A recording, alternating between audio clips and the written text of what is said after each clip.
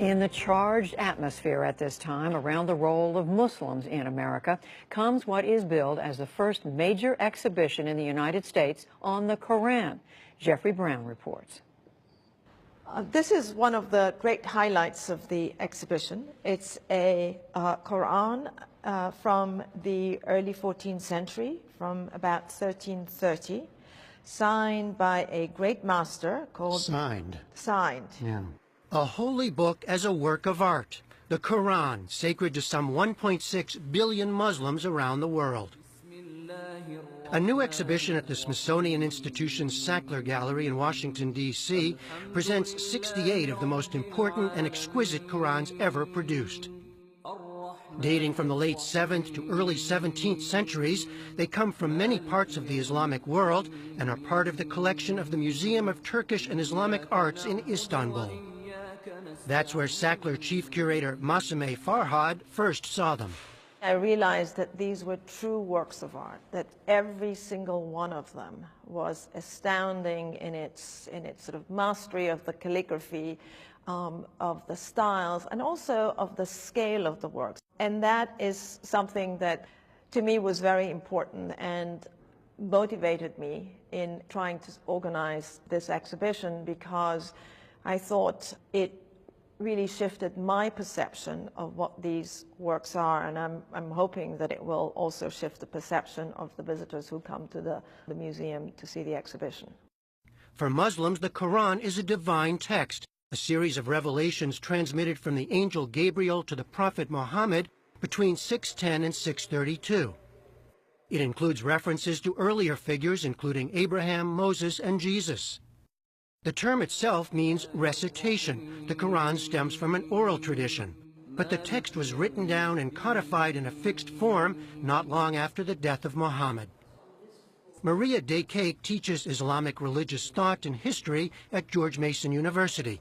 One of the things that's rather striking about the Quran when people read it for the first time is that it often takes a form of direct address. So it will say sometimes, "Oh, you who believe."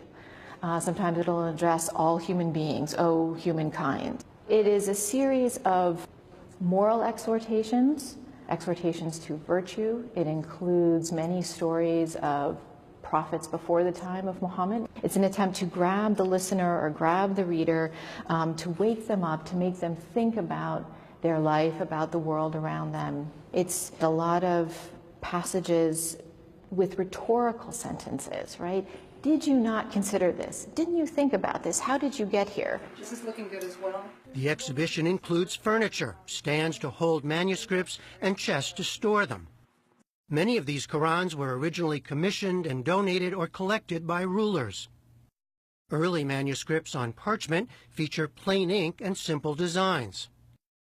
Later artists and calligraphers developed ever more elaborate and ornate script, illumination, and geometric patterns, in light of Islam's prescription against figurative images, to make each manuscript a singular work.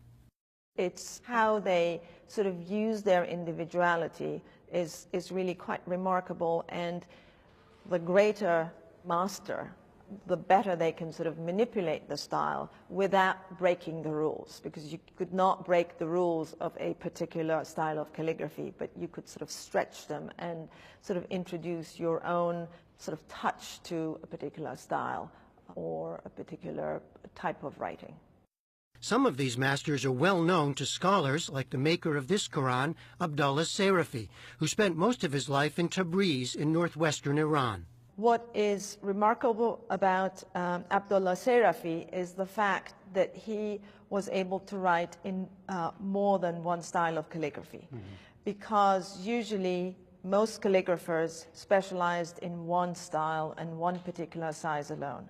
It was clearly a Quran that was meant for display. It is so lavish in its use of both illumination, in terms of that sort of very rich black ink, the fact that every gold line is outlined in black. I mean, this is a visual feast and is supposed to be viewed and looked at. So it was meant as a display copy.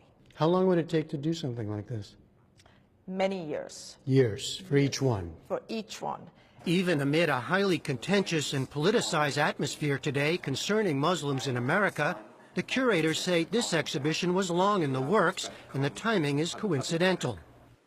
For her part, Maria Daycake hopes it will shine a different kind of spotlight on Islam and the Quran.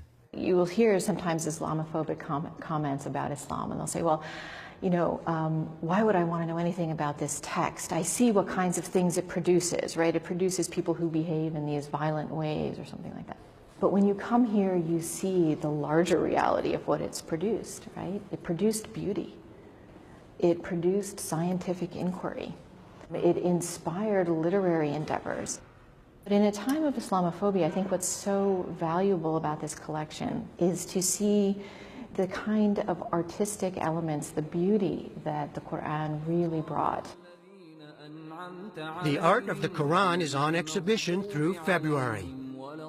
From the Sackler Gallery in Washington, D.C., I'm Jeffrey Brown for the PBS NewsHour.